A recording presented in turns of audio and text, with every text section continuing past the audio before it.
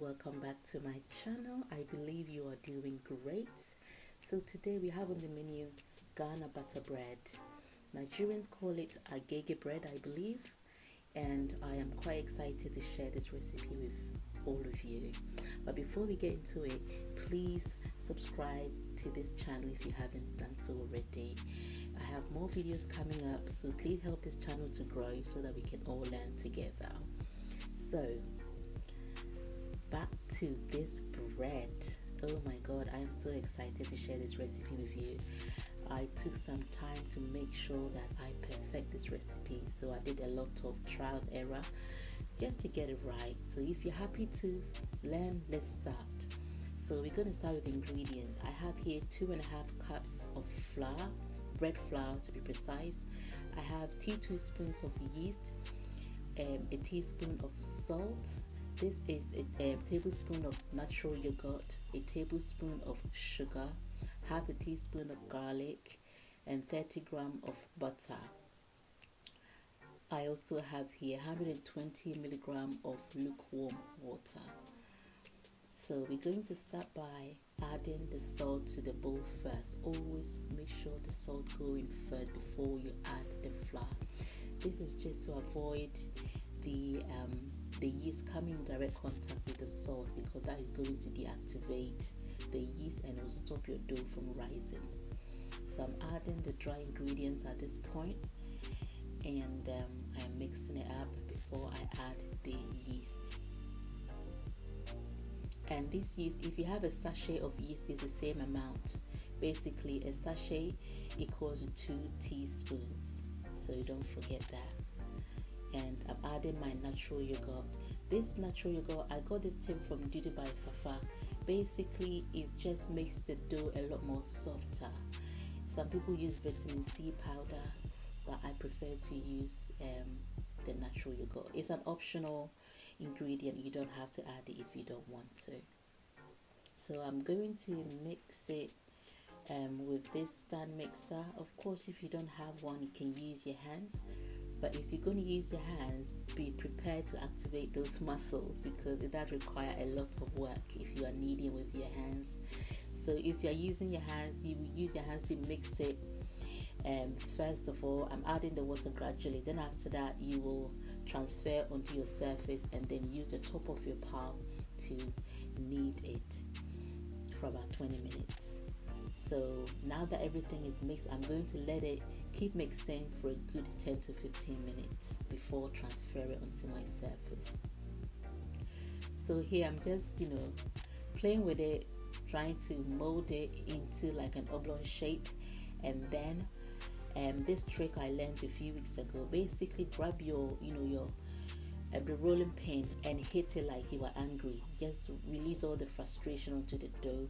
What this does to the dough is makes it extra stretchy, releases the gluten, activate the yeast even more, and it just makes it a lot softer when your bread is ready.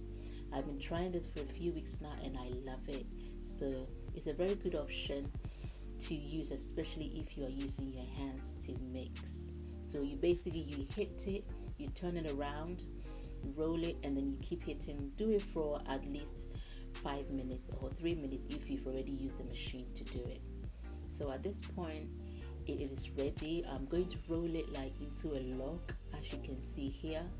And when I get to the last part, I will just pinch it together just to seal it, and then pinch the ends as well. So at this point, what this hitting also does is it makes it a lot more smoother as well. So that is why it's important to use the hitting method. So now I have my loaf tin ready. I got this from Amazon. This is the one with the 3 dots at the bottom. So if you're using this particular tin, all the flour you need is 2.5. Please don't go above it, else your dough is going to overrise. So I am battering the bowl, greasing the tin, and when you are done, do not forget to add flour as well, because the most frustrating thing is when your bread is stuck to the tin and you cannot get it out. So when you do this, it actually makes the bread come out of the tin quite easily when it's all baked. So do not forget to do the same to the cover as well. And for butter bread, you need a tin with the cover, just so that you can get the shape, that square shape. So at this point, I'm going to leave it, cover it up, and leave it to say for 40 minutes. And after 40 minutes, as you can see, it is risen and is ready for the oven. And I preheated my oven for about 10 minutes at 150 degrees. Please do not exceed 150 because you are going to burn your bread. I'm going to bake it between 20 to 25 minutes. Make sure you set your timer. And I've got water at the bottom as well, just to create steam in the oven. So here my bread is ready 22 minutes later, and I'm so excited. It came out just perfect. It's so soft, I just want to tear into it already. My goodness, can you see that? If you follow this recipe very well, your bread should come out like this. And do not worry if you make mistakes. Do you know how many times I had to bake to achieve this perfection? I cannot begin to tell you the amount of baking I've been doing in this house. Every day I bake, trying to perfect my recipe. So if you are willing to learn it, then be ready to make a few mistakes and learn from it along the line. So this is my butter bread. It's just perfect in my eyes. There are a few recipes here on YouTube. You can check them out as well. I know some people use all-purpose flour, which is plain flour in the UK. I tried it personally and it didn't work for me, so I prefer to use bread flour. I know at the moment it's quite hard to come across it, but if you go to Morrison's, you should be able to get some. And then for the yeast, I get mine from Tesco, but I have to go to the shop in the morning, the first thing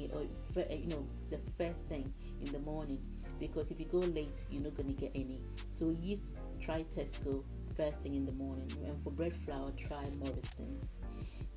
So this is it, guys. I hope this video was helpful.